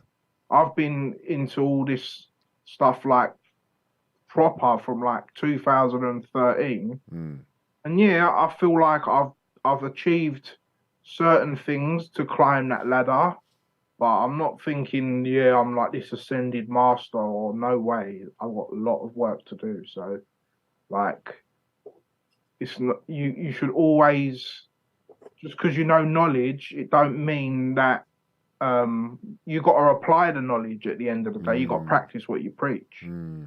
So yeah, it's like we've always got to constantly work to get to that higher self. Do you get what I'm saying? And like Gabby said, like, we might not even, like, some of us might not even do it in this lifetime, but at least making a start will help you just to get there as best as you can, basically. It's a hard thing to do as well, though. Like, right, to stick to, like, in terms of like bettering yourself in that way, because it's like you have to stick. It's like every day you got to remember what the aim is, right? And then with Yeah. everything going on around, do you know what I mean? It's quite hard to kind of get your mind. Yeah, it's because of the lives and the systems and the things like the our lifestyle, the type of lifestyle we're in. It's Not not it keeps based us around that. trapped, but like, you know, Distracted. yeah, Yeah. distracted. Like even me, knowing what I know, I still get sidetracked by things, and I think, oh, I start like in my mind, I think, I know that. Why am I doing this? Like, do you get what I mean? But you got to go through it to every lesson is a blessing, hence the saying. Do you get what I mean? Like you just gotta. It all depends on how you interpret things and how you how you decide to deal with it ultimately. Do you get what I'm saying? You can sit there and be depressed about something, or you can just get up and do something about it. It's up to you at the end of the day. Yeah. That's the important part, man. It's like how you deal with it all, innit? It's like it's easy to just sit there and feel like, oh, shit ain't going right. But then when it's time, like, how are you gonna make that change? How are you gonna make shit go right then? Because you're still here to do it. Do you know what I mean? And that must be for a reason. Yeah. So I think, yeah, that's important, man. Deal with them demons. What were you doing? You just waving? Was that the one to get rid of the demons? That was, yeah, I was getting a psychic attack on my crown chakra. Is it? Yeah. Yeah. You can feel them sometimes. You can, when someone has a negative thought about you, they send an energy snake, and then you can feel them attacking you. You can feel them biting you. And then what happens is the snake will come into your aura and then try and put a negative thought into your head. This is how demons work. The snakes are demons. It's all just bad spells and negative energy. But the snake will come to you and it'll give you the energy of what they've sent to you, which might be someone thinks, oh, what a stupid bee. Someone might have thought that about me and sent that negative energy to me. And then what happens is that energy comes into me and it makes me say something stupid or act out the spell or the negative energy they've put on me. And then, so that's how demons work, that you can get pain demons that'll make you stub your toe or accidentally cut yourself. You can get all different types of demons, sad demons that'll make you just feel like you want to cry for no reason, depressed demons. Emotions are demons, basically. And so what's important when you're talking about recognizing doing the self-work and all, but there's a lot of distractions and this kind of stuff, you can even have demons making you feel like you just can't be asked to do your spells and keep on top of your energy, or demons feeling like you just don't want to go out for a walk into nature. But that's because they feed off you and your energy as you are. If you shift your frequency higher, they can't stay on you because you're too high a frequency. So you're out of their like reach. So they have to go to someone else. So they will do everything in their power to keep you in your lower frequency because they feed off you in that state. Gee, man, that's deep. Okay. Yeah, that makes a lot of sense. These demons, man. So yeah, like it's always about like shifting your frequency and trying to fill yourself with as much light as possible, and then they can't like hang around. So you practice. So what's this deal with the witches thing? Like, because you give a shout out to witches all the time. Like, Yeah.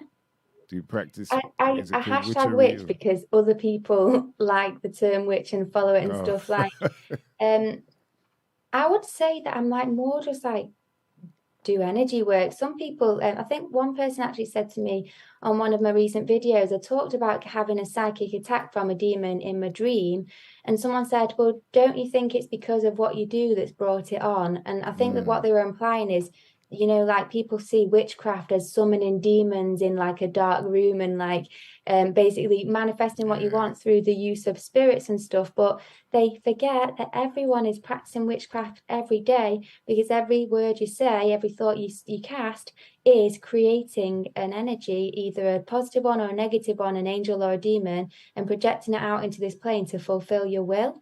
So everyone does it. But people don't realize that they're doing it. And so you have the power to create a beautiful divine life around you if you want to.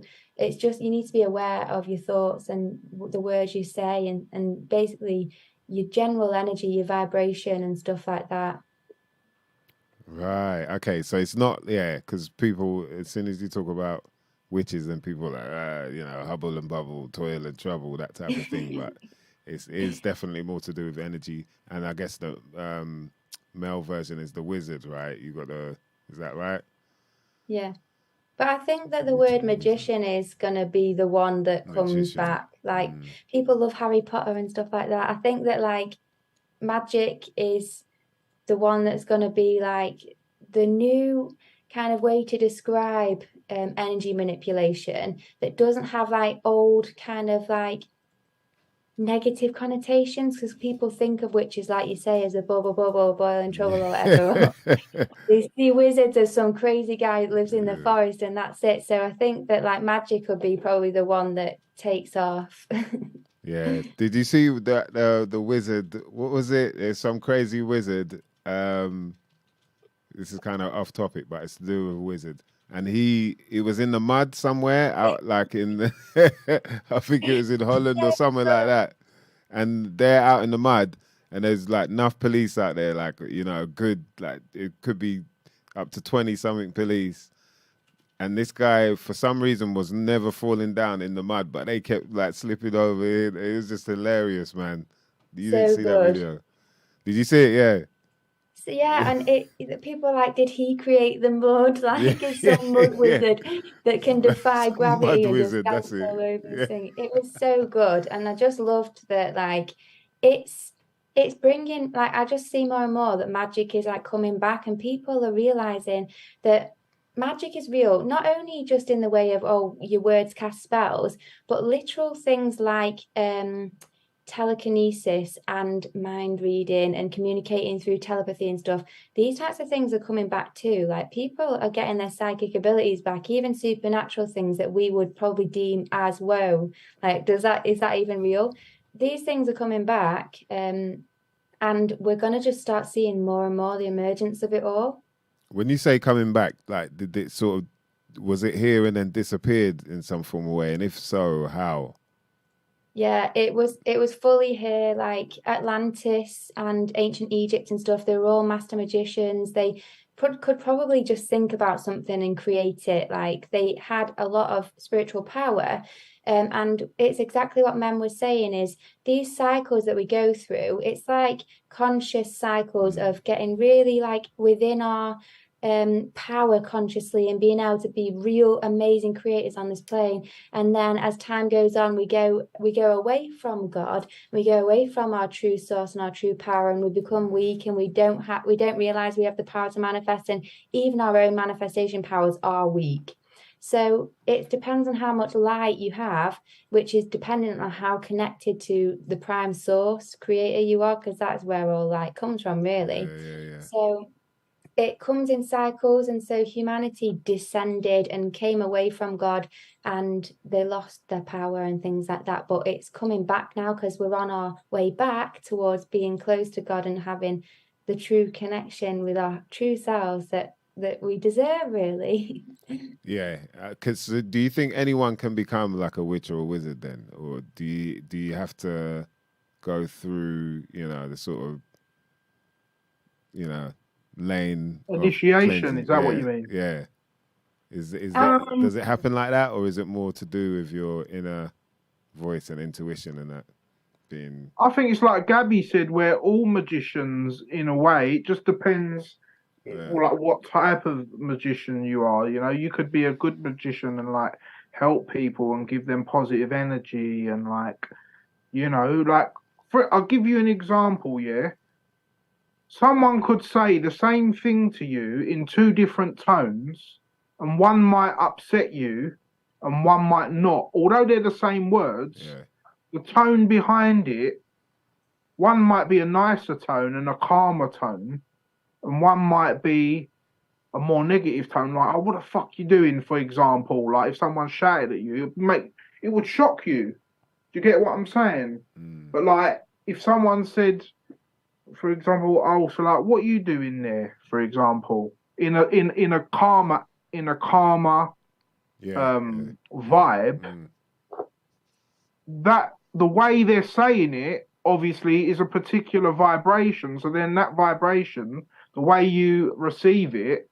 will then have a different vibration on, like Gabby was saying earlier, your waters, or because do you know about like cymatics, for example, how like when they do like tests, they like put salt on a table and then they'll turn the sound to different frequencies and it will create different geometries and different shapes and patterns. Yeah. So that's like what Gabby was saying earlier about how when you say a particular word or with something in a particular tone, once that hits your aura, it then creates a particular pattern or a particular frequency that you then read. Do you get what I'm saying? So that's why, like in the Bible, they talk about like God created like the world with the word, which is just ultimately talking about sound, basically. Talking about sound, yeah. And so that's like it's what you're talking about is the water, right? What Gabby mentioned, that Dr. Emoto, so it's to do with water sort of holding memory and also being reactive to the type of energy that you give it. So he kind of proved that. I think one of the tests was to do with, was it if he freezes the water, like so they would say, you know, they'd say derogatory things to the water or whatever, swear at it, and then freeze that, and then the when it crystallized, like the patterns that came up were all sort of messed up, and you know they didn't look that great. But then when they spoke to the water with love and gave it like positive energy, and then crystallized that, they noticed that the patterns were all beautiful, and you know they've done that with plants as well. Done it with plants as well. Yeah, like you can talk like there's an experiment like where they've spoken to plants nicely and badly, and the one that's spoken to nicely grows nicer, and you know it's just. And so you know they say like sticks and stones may break my bones, but words will never hurt me. That's the perfect example of an inverse. What we was talking about earlier, basically. Jeez. That's some shit you might not never know nothing about right there, boy. We got DVG, yeah, man. And Gabby Sakara right here. Myself, MysDiggi, Dan DNA. You good, man? He's holding himself together. Down the chat. No, it's the water, the plant thing was I think the guy's called Cleve Baxter, I think his name was, who done the plant experiments. Where they also done things like pouring coffee down sinks where there was mold down there, and then they noticed all of the electro thingies spiking. So they thought, it's the mold where we're pouring the hot coffee on the mold down the sink. Well, and it worked. It got rid of the mold. You see the mold. You see like the electro, like they use like what they called lie detector tests things, galvanic skin response or whatever it was. So they put all those tests all around the lab. And they was testing what happened if you bent a plant, if you snapped a leaf off of one plant, the other plants around that plant all reacted to it. Wow! And if you played it good music or bad music, that's subjective. So that's the bioenergy field.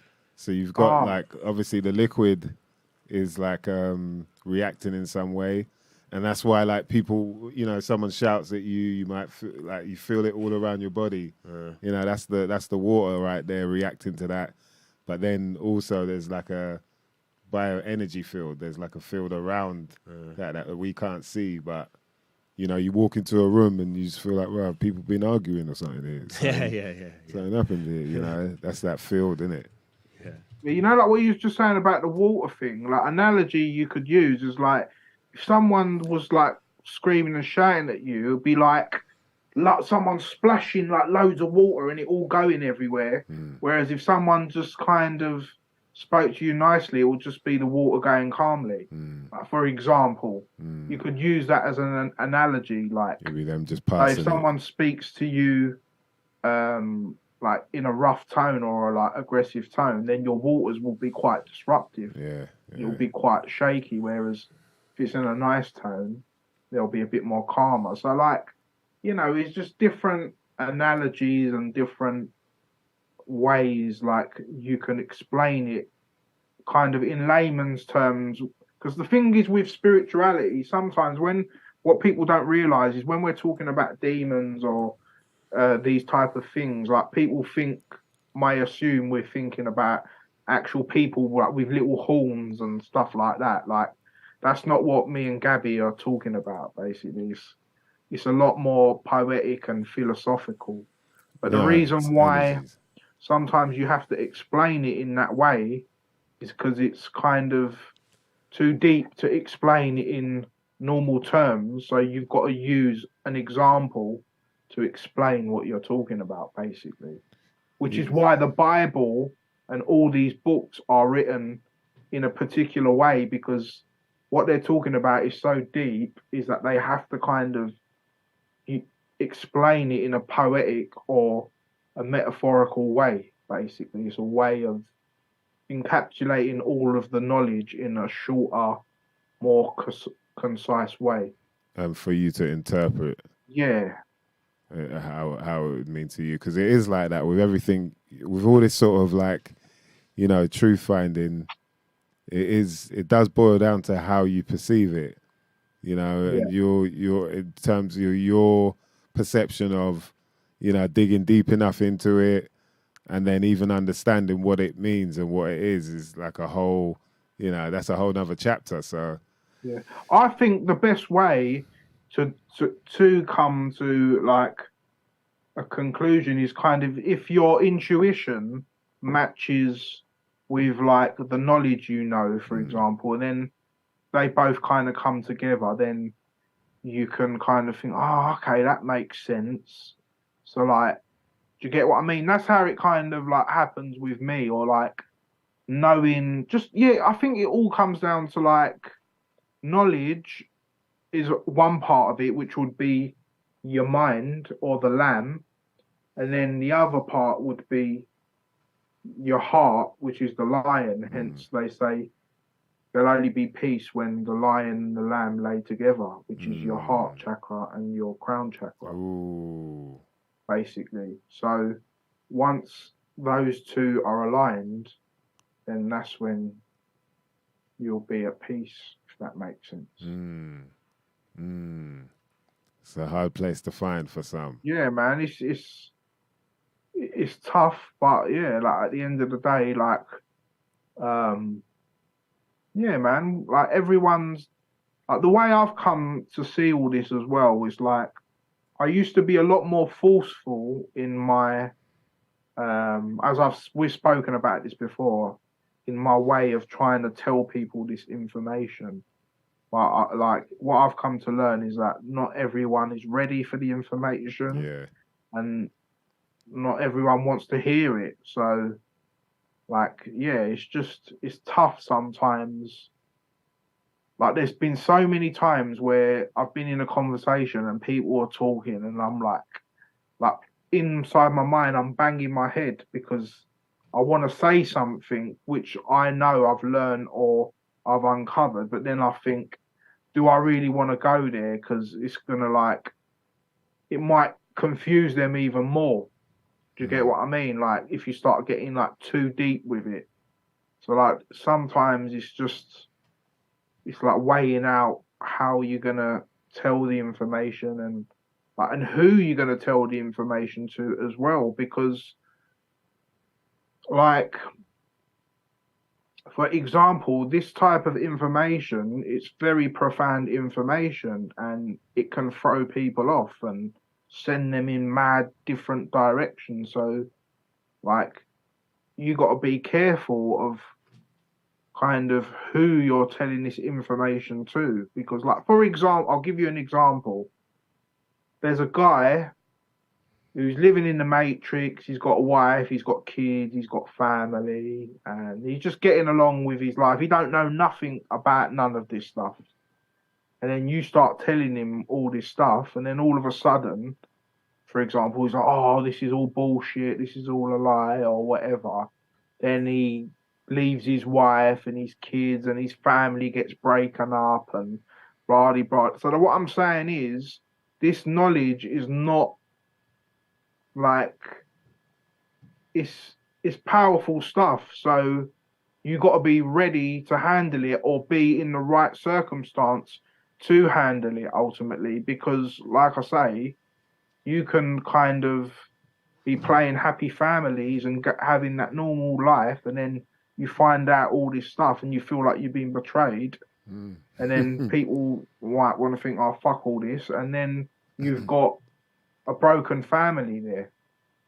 Do you get what I'm saying? Yeah. So it's hard in trying to gauge who you really tell this information to. Do you get what I'm saying? Yeah. Of course, man. Definitely. Like you said, I think it seems to be just, I don't know, you could call it kind of levels of initiation, but it's down to one just kind of being more in touch with their intuition, I think, because everybody's kind of got it in some form of way. It's just some people might hear it and go, no, you know, and just run off, kind of give you that stare, like. One thing that I've found is the more you learn, the more you say that every negative thought creates something in the cosmos, then you're more responsible for every single thought you have. And so you can't get away with allowing negative thoughts to slip or allowing yourself to be speaking negatively about people and stuff like that. You because you're more responsible, you then have to really put that to practice. And so you will find that I've found the more I've been on this path, the more it really has become a lifestyle. It's no longer every Sunday I'll just go to church and then I'll be an arsehole the rest of the week. It's you literally have to live the path. And Santos always talks about don't throw your pearls to swine. What I've experienced in terms of practicing magic and stuff is there's certain spells I would never share on online or with just anyone, because when we are in our ego, which is our emotions, we're all black magicians, because every time you are creating anything, it's coming from your emotional state, which is dark light. It's not light. So what happens is, if you were to become aware of powerful spells and you were coming from the ego, then it's possible you would use those spells against people in an ego way, in an emotional way. You're just angry or sad about something, so you try and cast black magic on them. And so this is kind of you need to almost be very careful. But at the same time, what I try and do is I try and teach people, we'll have a conversation. I'll just try and teach them truth when I can. Because even if it ruins their whole family and they decide they want to leave their partner and follow this path, as long as it's to follow the path and to become their best selves, I would rather their soul find God than bother about any material, emotional connections they have on this plane. I think the most important thing we all need to be doing is to be trying to strive for the light and to try and strive to ascend from this plane and not get caught up in the emotional ties we can have on this plane. And so it is a difficult kind of line to walk, but I try now, even if I'm going to bruise someone's ego, to try and teach them the truth anyway, even if they'll hate me for it, even if they'll send me negative energy for it, because I think that helping their soul is more important than helping their ego or pandering to people's egos. Yep. Ultimately, what you're saying, Gabby, is the truth overrules everything anyway. Yeah. So, truth overrules. Yeah. You're right about that, man. Yes, big up to the chat room going in, man. You lot are going back and forth. I think there was a conversation about the plants. And yes, I think the CO2 definitely helps. Interestingly enough, we won't go further into that though. But yes, I'm sure it does. Big up to your more Regantology. Yes, Les Allison. Shout out to Amber Tarboosh Records. Yep. What's going on, Amber? King Chico. Yes, man. People enjoying it, man. That's really good to hear. Yeah, everyone's been jumping in on every single turn in the conversation. Big up to Sinead. Shout out to Liz Williams. Teddy T. Someone, Amber Tarboosh Records, asked, are you talking about actual demons or metaphorical demons? Yeah, so actual demons, Right, but okay. like Mem says, it's not like they are little gremlins with pointy horns. They might manifest that way. You might even see them that way in your mind's eye. They can basically make themselves look however they want. It's just negative energy that can manifest however it would be most fearful to you. And because they're conscious, sometimes demons can literally be a projection of your own consciousness, like Mem said. So it can be that you've literally created it, maybe as a way of showing you how fearful you are of life and you need to overcome it or whatever it is. And so it projects itself consciously as what you personally would most fear, and it changes for everyone. And they can even be intelligent to the point where a demon can wait around and attack you at a certain specific time that would be the worst time to get a psychic attack. So people can cast black magic and say, every time Gabby does a live, she gets attacked by negative energy. And what happens is every time I do a live, I get attacked by negative energy. And so that's an example of how they can like basically work on a time schedule. They play out people's desires and their will. And they can literally they can almost have a mind of their own and basically be intelligent like that. It's interesting. Yeah, that is very, very, very. I think it's like you're basically creating all these little like personalities or these little things inside of you, and like you're just like wrestling with them through life basically to try and get rid of them. But ultimately it's just like it's just yourself, and it's just like, again, the way it's all to do with, like, how can I say, like, for example, getting this particular energy, or I mean, like, not this energy, understanding this type of knowledge is all to do with, like, you can look at, like, think of it as your aura or your Taurus field, and think of it as like a bandwidth or like a modem. Like, the faster the bandwidth is, the more you can kind of download, or like the slower your bandwidth is, like, hence, when they say you're thick when you don't get something, that means you're thick because your Taurus field is so dense that it won't get through to you. Get what I'm saying? Whereas if your Taurus field is going at a higher bandwidth, then your download speed is more faster, so then you can get things in. But all those things you get in are not necessarily all good. There can be negative as well. It just depends on how you deal with them, So, like, this is like why, for example, when people do like psychedelics and stuff, they get to see all these different things because their Taurus field is now like got a higher bandwidth, so they're downloading more images and more things. So that's why they get to see or go to these different planes or these different frequencies, basically. Yeah. We got to reach them frequencies, bruv. And so, what about with say like the people talk about these like mechanical elves with the ayahuasca and things like that? What do you think about stuff like that? Mechanical elves. Yeah. Do you think they're demons, or are they sort of something else, or do you know anything about them? I personally just think that they're interdimensional beings. Right. I think that there's different beings that exist, like almost maybe infinitely in all different dimensions, positive ones and negative ones. So the elves, there could be nice ones, there could be negative ones, the same as humans, really. And I think that the drug opens up their consciousness to that plane where they experience the beings on that plane. And I think all drugs take you to different planes. There's some that are like uppers and some that are downers. So alcohol, as an example, will allow a lot of negative energies in, which is why a lot of people don't drink alcohol. The word al-ghul is what it comes from, I think, which is ghouls, ghosts, booze, demons, spirits, jinn. It's all to do with like negative entities. But then there's other drugs like MDMA it takes you to real high planes, especially if your body's clean and stuff. There's something called, I think it's entheogens and entaxogens.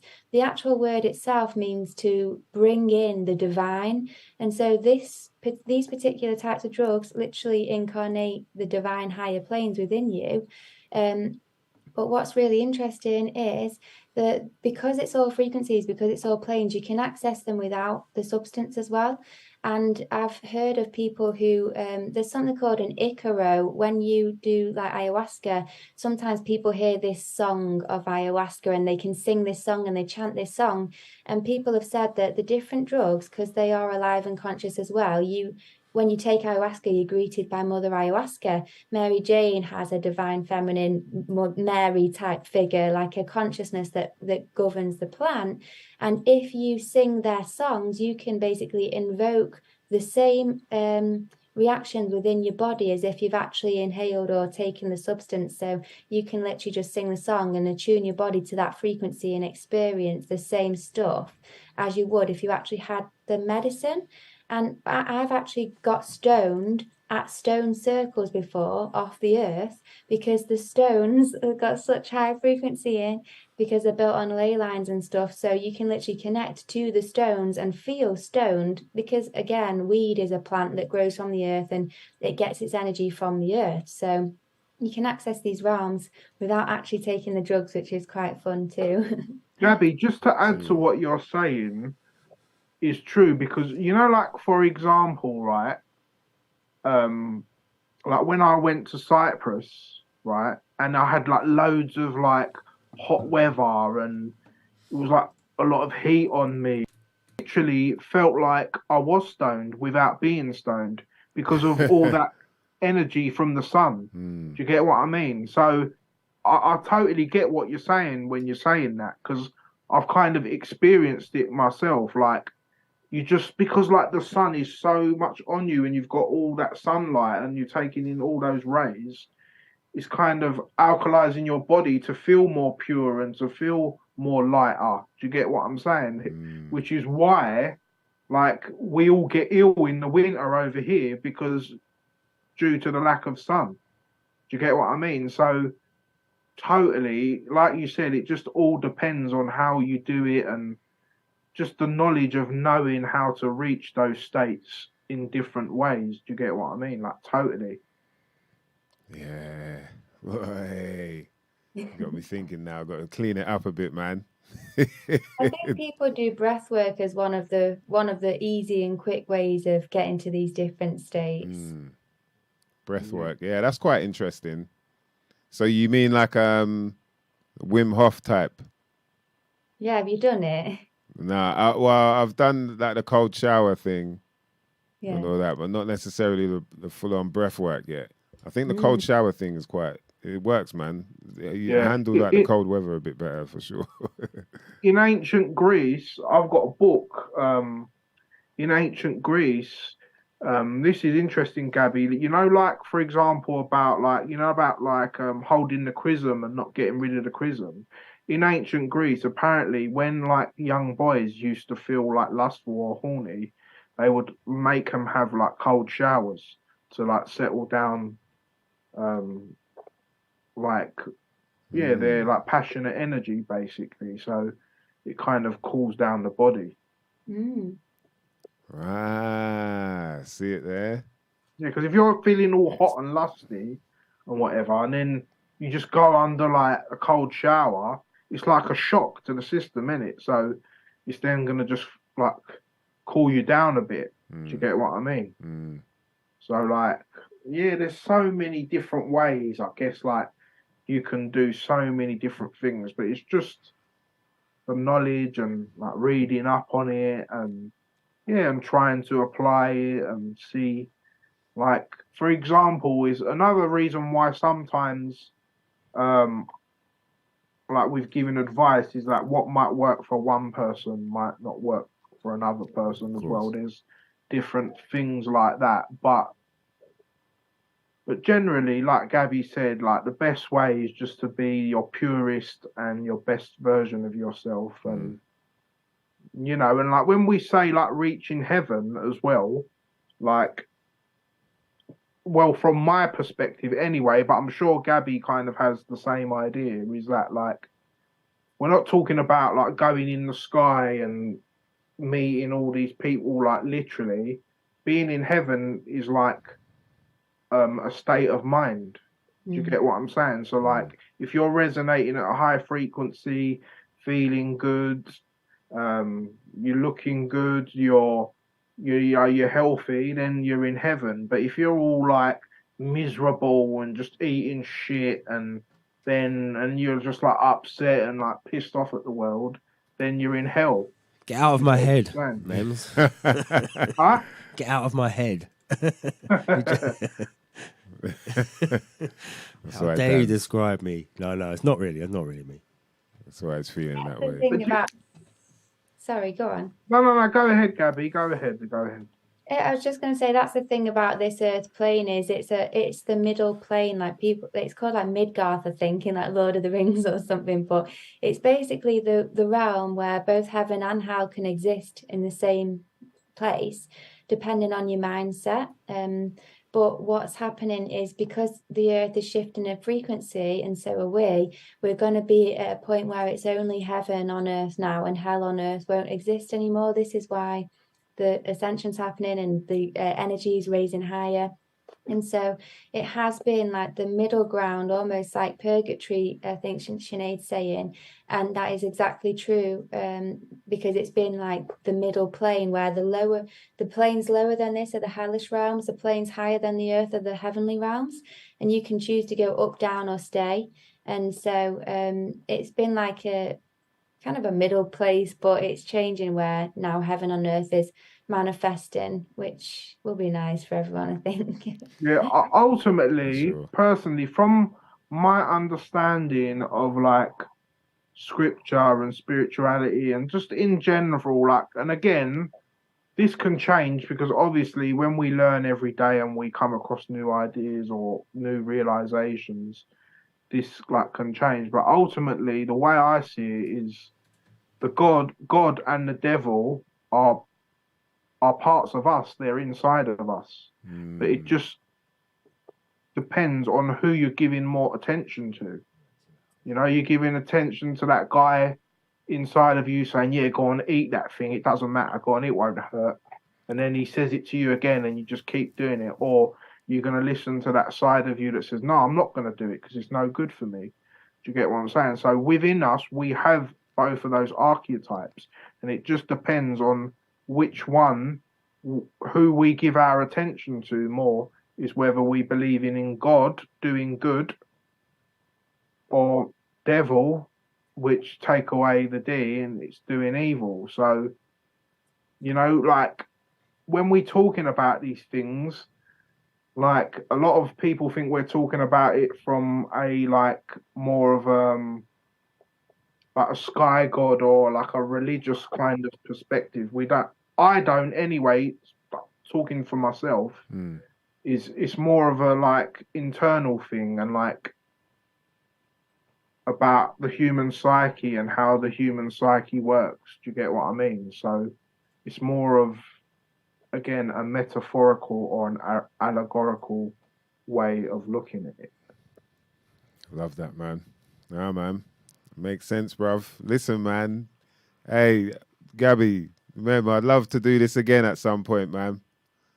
If you like, yeah, just let us know. I mean, I'm up for it. Definitely, so yeah, just let us know. Or like, if you want to talk about a particular subject, we can maybe exactly. Yeah. We'll get deep on more specific. But either way, everything's connected anyway. So we're always going to delve into different subjects when we're talking about one subject. So yeah. No, I know what you mean. I think, like, you know, it was good to get like an idea as well of different aspects of things. I think more people are going to understand now when they're dealing with demons, whether they've realized it or not. Do you know what I mean? And that there are ways to actually overcome those demons, like we were saying about thinking in a more positive light, as well as, you know, even going to that dark place, trying to understand why it's happening. But yeah, man, really appreciate you coming through, Gabby. Thanks for that. Yeah, thanks so much for having me. It's been so nice to just have like a proper conscious conversation. You guys probably know, like they're kind of like few and far in between, like just with the everyday person. So it's nice to actually get like minds together and have a proper convo. So thanks, and to everyone as well in the comments and who's been engaging and stuff. It's just really fun to connect with you all. So appreciate it a lot. Wicked, man. Please come through again. Yeah, they've loved it, and they're all like very open minded, and we just generally chat about whatever, and everyone in the chat seems to jump on board. So yes, it's all good. Thank you for coming on. How can people get hold of you? Do you want to give a shout out to your contacts? Yeah, I'm just Gabby Zakara on like pretty much everything. So it's just GABY and then ZACARA. I've got some new tracks coming out actually this month. It's all like conscious music. It's got powerful spells in and stuff like that. So if you guys wanted to check it out, I've got my stuff on Spotify. And my TikTok is Gabby Zakara 333. Other than that, everything's just Gabby Zakara. So yeah. All right, wicked. That's Gabby Zakara, mother lovers. Show some love. Yes, and Mem, how can people get hold of you? Of course, ma'am. Yeah, my YouTube channel, Conscious Minds TV. Yeah. And on Instagram at MEMDVG. They're like my two, or on my Facebook, which is just my actual name. But yeah, I would say Instagram at MEMDVG, or on YouTube, Conscious Minds TV, where you can check out. I've got me and Gabby have got a few shows that we did together like a little while back. If anyone wants to check them out, I think we did one on dreams, and we did one on like etymology and language, from what I can remember. Oh, wicked! Oh, yeah. Gotta dig them out there for sure, man. We love the etymology up here. I'm telling you. Yes, man. Thanks a lot, man. Thanks for coming through, guys. No, thank you for having us. Sleep well. Appreciate you, man. Dan's going to get well. All right. And of course, before we go, we got to give a shout out to the cmosboss.co.uk, mother lovers. Yes, for all your sea vegetables, wild crafted, organic. Yeah, I mean, straight off the coast. The Atlantic shores. Clean. If you want to get yourself, what have they got, man? Look, you can get spirulina flakes, bladderwrack flakes, wakame, sea spaghetti, Irish moss seasoning. No, Irish seasoning. Why does it say Irish seasoning? Irish, then Irish seasoning. You got dose as well. And listen, man, these foods are packed with like crazy amount of nutrients, man. We've gone through it a countless amount of times. So you must understand by now. And look at me, man. I'm still standing. My nails slowly growing out. It looks weird. I don't really want to. I've taken pictures of it. So one day, if you lot are capable of it, you can look through the album and see how messed up. Bruv, it's like The Fly. You remember The Fly? Maybe you could do a time. Have you got loads of different shots of it? You do a time lapse. Yeah, it looks mad. Falling off and growing back. Yeah, it looks weird, but this is what's helping, is eating these foods, man. So make sure you get yourself over to the cmosboss.co.uk.